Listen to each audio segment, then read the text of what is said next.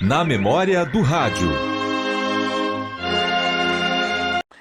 Bom, eu estava morando em Fortaleza na época, quando chegou a rádio aqui em Canindé. Eu não tinha muito noção do que estava acontecendo aqui. Vez por outra vinha no final de semana, mas estava morando lá, tentando fazer vestibular para a faculdade. E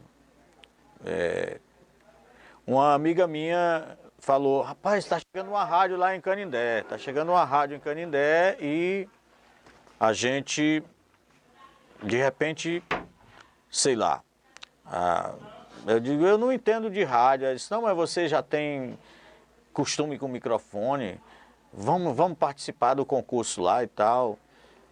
E eu, assim, estava numa época meio aquele movimento hippie, aquelas coisas todas na época, fim dos anos 70, e não estava muito querendo saber de algo assim que me trouxesse muita responsabilidade, porque eu ainda era muito jovem, né? Mas essa pessoa era a Regina Salles, que nós conhecemos popularmente como Briolange da Briola. E a Regina trouxe meus documentos, fez a inscrição para o concurso e eu vim prestar o concurso aqui. Para mim era tudo novo, eu não tinha noção do que era o rádio, né? Eu sei que, para não me alongar bastante, a situação, nós ficamos... Fizemos as provas, passamos nas provas, escrita, né? E tinha, após a prova escrita, foi um sem número de pessoas que foram para o ar, na fase experimental da rádio. Eu lembro que tinha uma rotatividade, um dia tinha um locutor às 5 horas da manhã, outro dia era à tarde, outro dia era fim de tarde, coisa assim. Uma espécie de rodízio. E nós começamos a treinar e começaram a chegar cartas de tudo quanto era lugar. Vinham cartas de muito distante, e no ano de 79, né? Nessa época a gente já estava com a rádio prestes a inaugurar, há 40 anos atrás, né? Então, aqui tiveram pessoas de renome da imprensa do estado, como o Edson Silva, que apresentava nos bastidores policiais.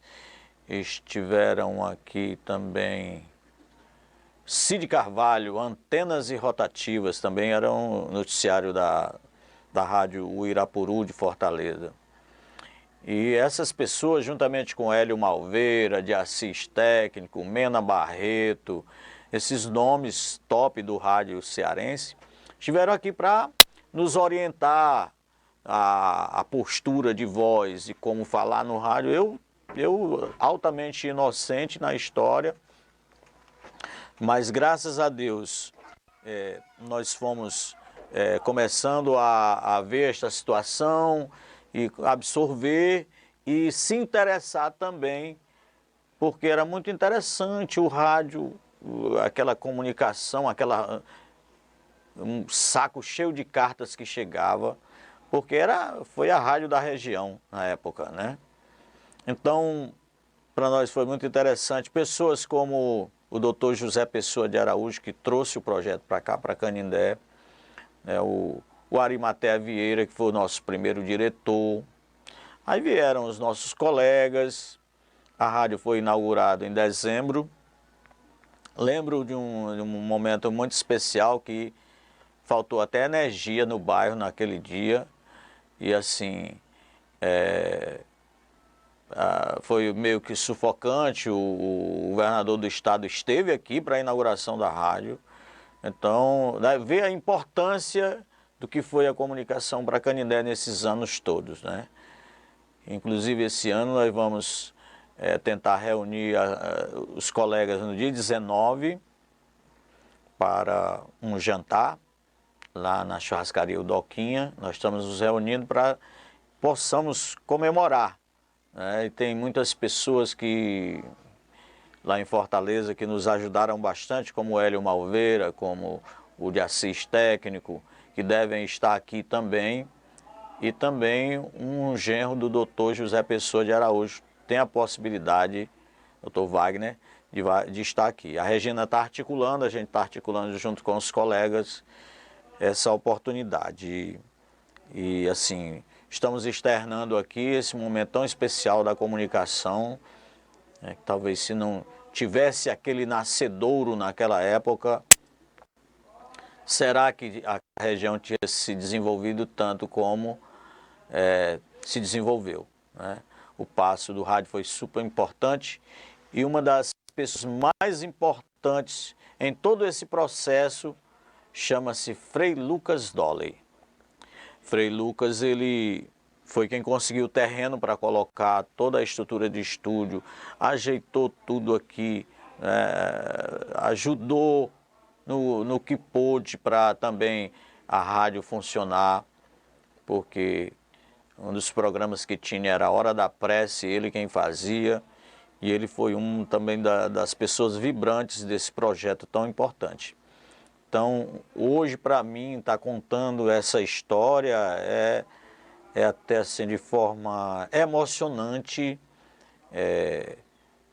poder chegar onde nós chegamos na comunicação e me encontrar comunicador graças à ação de uma amiga do coração, que é a Regina Salles, que me botou nesse caminho, porque amo profundamente a minha profissão,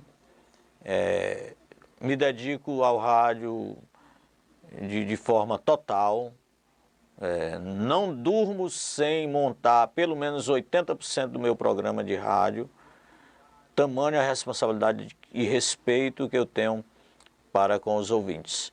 Então, é mais ou menos isso que eu queria contar para esse registro que vocês estão fazendo, Almir e produção, para que as pessoas possam ter conhecimento de como foi a criação do rádio em Canindé. Muito obrigado. Eu queria só que você falasse para a gente também, Assis, um Pois fato inusitado que durante esse seu período, principalmente no início do rádio, que aconteceu que quem está em casa acompanhando o rádio não soube. Queria que você falasse um fato assim inusitado que aconteceu, você poderia... Bom, nós tivemos Eu Verde no rádio, um fato que aconteceu comigo. Eu Verde no rádio, chegou por aqui o professor Fleury Santos, pediu para a gente fazer uma campanha para a seca de 83. E o professor Fleury disse que ia arrecadar alguma coisa no colégio dele, lá em Fortaleza, e que eu cuidasse da outra parte aqui. Eu falei com a direção da rádio, eles acharam interessante, né? Só que, diante da inexperiência, nós arrecadamos alguma coisa de alimento e, diante da inexperiência da gente, nós fomos falar o dia da entrega dos alimentos. Aí não foi bom essa história. Era em 83, nós tínhamos arrecadado aí não sei quantos quilos de alimentos e também roupas e outras coisas e tal. Aí fomos distribuir lá na rádio, achamos que era possível distribuir lá.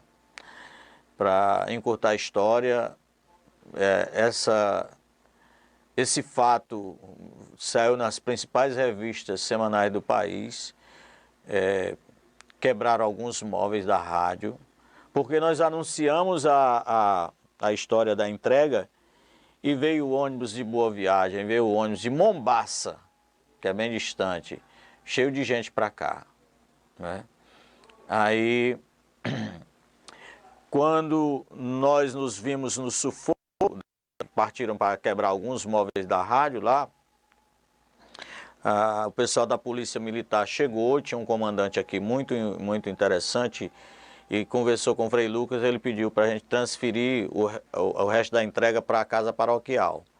E nós chegamos com as coisas na casa paroquial, já tinha filas enormes, começamos a entregar, e quando acabou tudo que tinha para fazer a entrega, as pessoas que não receberam ficaram revoltadas e saíram na rua e quebraram um armazém que tinha de produtos da Cobal, aqui em Canindé, a antiga Cobal, né?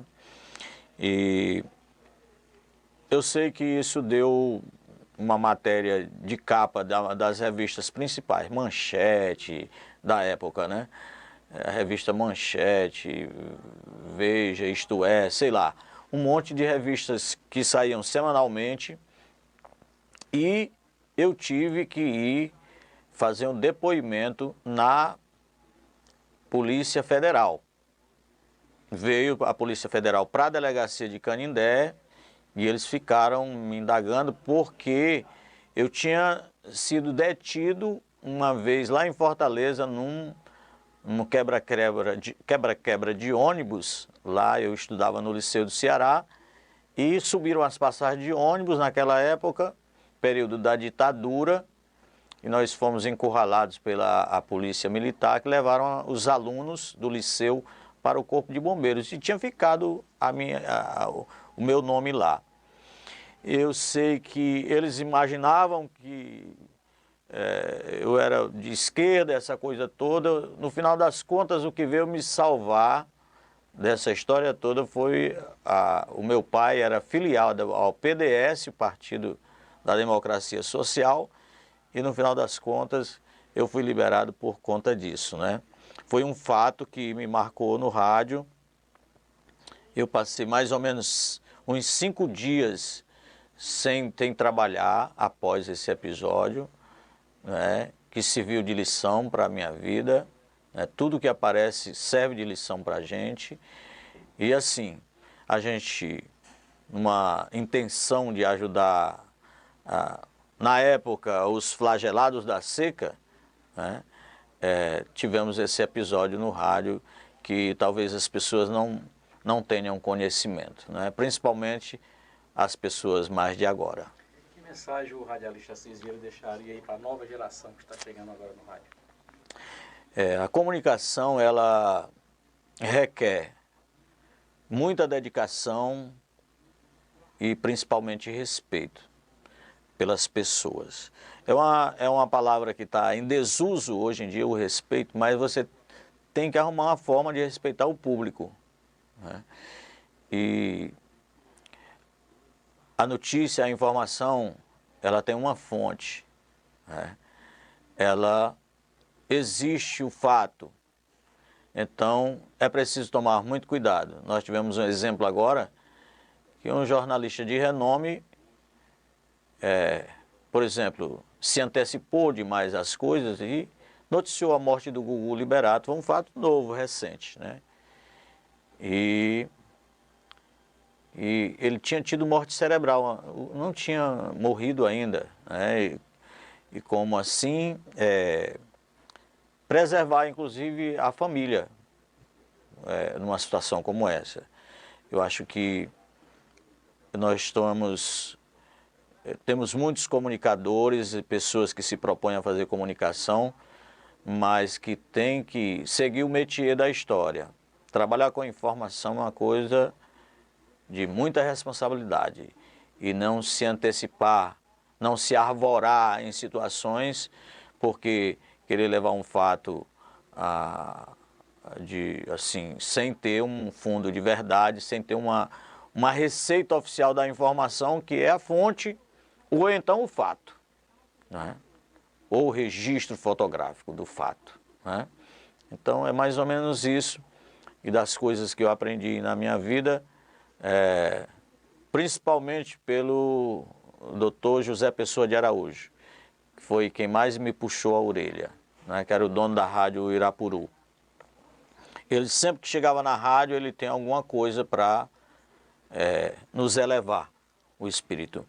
O comunicador, ele é um amigo do seu ouvinte, do seu assistente. Ele é um amigo, ele passa a ser, embora não conhecendo, porque o comunicador está todo dia na casa das pessoas, né? E a gente vê isso através do carinho, quando você se encontra na rua, Almir, com alguma pessoa, lembra que o Almir, ou fulano de tal, ou Assis, ou Fernando, ou Queiroz, ou Peninha, ou Renato Caetano, ou a Regina Salles, ou o Aurino Bento, o Jairo Bento, esse povo que trabalhou, Rubens Braga, que nossa equipe era mais ou menos esse povo aí, né? Arimatea Vieira, e tal. Hélio Cocota também era da época, do tempo do primeiro rádio aqui. Então, a coisa que fica é essa história de esse povo todo que registrei agora. Nós começamos muito bem abençoados pelo senhor José Pessoa de Araújo, foi quem trouxe a rádio Uirapuru de Canindé, a Boazinha, como era chamada, na época, 540, que era escutada até em cidades do Piauí. E foi assim que foi o nascedouro do rádio aqui em Canindé, a comunicação.